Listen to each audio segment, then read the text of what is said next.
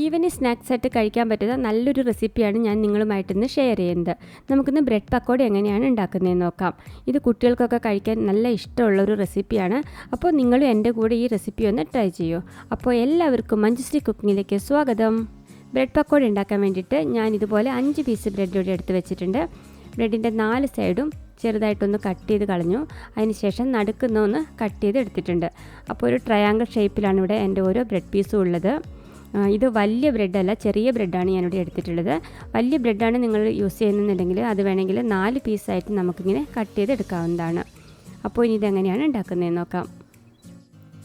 ഒരു ബൗളെടുത്ത ശേഷം ഞാൻ അതിലേക്ക് 1 കപ്പ് കടലമാവ് ചേർത്ത് കൊടുക്കുകയാണ്. ഇനി ഞാൻ ഇതിലേക്ക് ചേർക്കുന്നത് ഉള്ളിയാണ്. ഒരു മീഡിയം സൈസ് ഉള്ളി ചെറുതായിട്ട് അരിഞ്ഞെടുത്തത് അതുകൂടെ ചേർത്ത് കൊടുത്തു. ഇനി അതിലേക്ക് ജിഞ്ചർ ഗാർലിക് പേസ്റ്റ് ഒരു 1/2 ടീസ്പൂൺ ചേർത്ത് കൊടുത്തു. ഇനി ഞാൻ ചേർക്കുന്നത് മഞ്ഞൾപ്പൊടിയാണ്, ഒരു 1/4 ടീസ്പൂൺ മഞ്ഞൾപ്പൊടി. പിന്നെ വേണ്ടത് ഒരു 1/2 ടീസ്പൂൺ മുളക് പൊടി. പിന്നെ വേണ്ടത് ഒരു 1/2 ടീസ്പൂൺ അയമോദകം.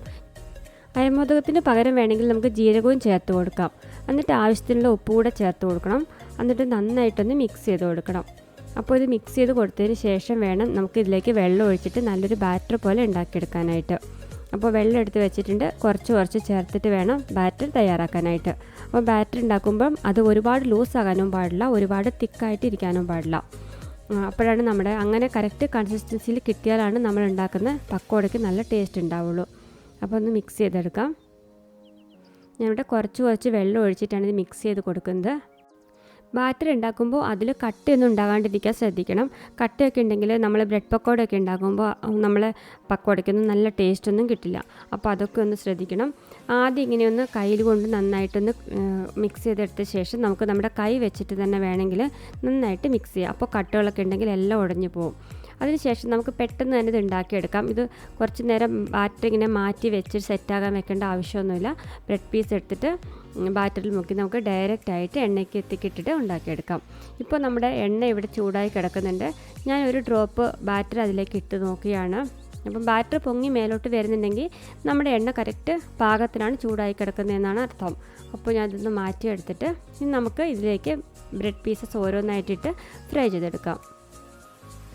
ഗ്യാസ് ടെമ്പറേച്ചർ മീഡിയത്തിലാണ് ഞാനിപ്പോൾ അഡ്ജസ്റ്റ് ചെയ്ത് വെച്ചിട്ടുള്ളത്. ഇനി ബ്രെഡ് പീസസ് ഓരോന്നായിട്ട് ഇതിലേക്കിട്ട് ഫ്രൈ ചെയ്തെടുക്കാം. ഒരു സൈഡ് ബ്രൗൺ ആയിട്ട് വരുമ്പോൾ അതൊന്ന് മറിച്ചിട്ട് കൊടുക്കാം. എന്നിട്ട് മറ്റേ സൈഡും കൂടെ ആയി കഴിയുമ്പോൾ നമുക്കിത് എണ്ണയ്ക്കകത്ത് എടുത്ത് മാറ്റാം.